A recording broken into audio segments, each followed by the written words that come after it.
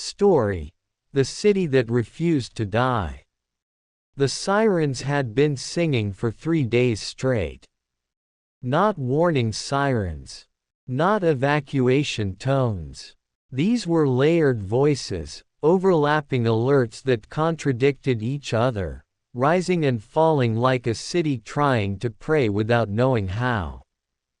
Every loudspeaker spoke a different truth.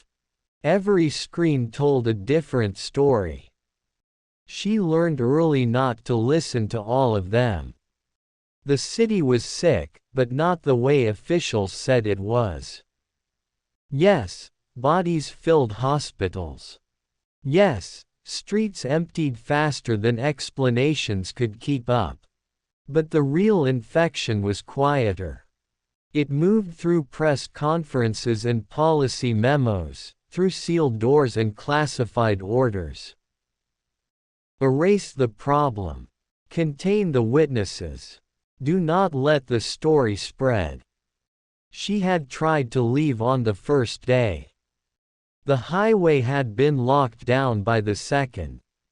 Now she moved on foot, weaving through familiar streets that felt foreign under quarantine. Storefronts boarded. Churches dark.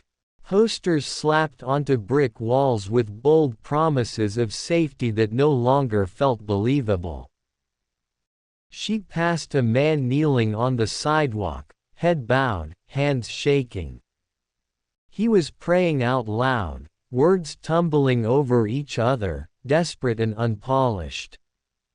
She slowed, almost stopped, then kept walking.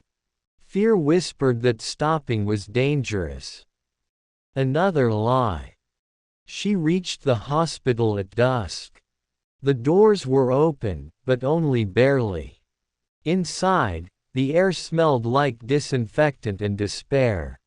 Nurses moved like ghosts. Patients lay everywhere there was space. Some groaned. Some stared. Some were too quiet. She found the chapel by accident. It had been converted into storage. Boxes stacked where pews once stood. A single cross still hung on the wall, crooked but intact. She stood there longer than she meant to, something heavy pressing against her chest. She remembered the verse her grandmother used to say when things went wrong. God is our refuge and strength, an ever-present help in trouble. Psalm chapter 46 verse 1. Her voice trembled as she spoke it aloud. Nothing dramatic happened. No lights flickered. No doors opened. But a nurse nearby stopped and listened.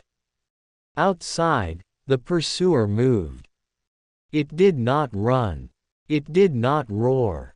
It arrived with boots and paperwork, with sealed vans and calm voices explaining that this area was no longer safe. Anyone remaining would be removed for their own good. Anyone resisting would be treated as a risk. She watched from a second-floor window as they worked efficiently, mercilessly. Patients were loaded. Doctors were silenced. Records were confiscated. The city was being erased with clean hands. She made a choice then, one she would not survive unscarred. She found the emergency broadcast room that night. It had been repurposed days earlier for official messaging, but the equipment still worked. She locked the door, hands shaking, heart pounding so loudly she was sure it would give her away. She did not prepare a speech. She opened the Bible she carried, pages worn thin from years of being held more than read. She spoke into the microphone. The Lord is near to the brokenhearted and saves those who are crushed in spirit. Psalm chapter 34 verse 18. Her voice steadied as she continued. She spoke to the sick, the scared, the abandoned. She named the fear instead of denying it. She told them they were seen. That they were not disposable. That the city mattered because people mattered. The broadcast cut mid-verse. Boots thundered down the hallway. She did not run. When they took her, the city outside burned. Fires climbed the skyline, not from chaos, but from cleansing. History would call it a containment failure. News reports would list numbers, timelines and strategies. But something else happened that night. People prayed together in locked apartments. Doctors refused to abandon patients. The man on the sidewalk stood up and went home to his children. The city did not survive. But it was not erased.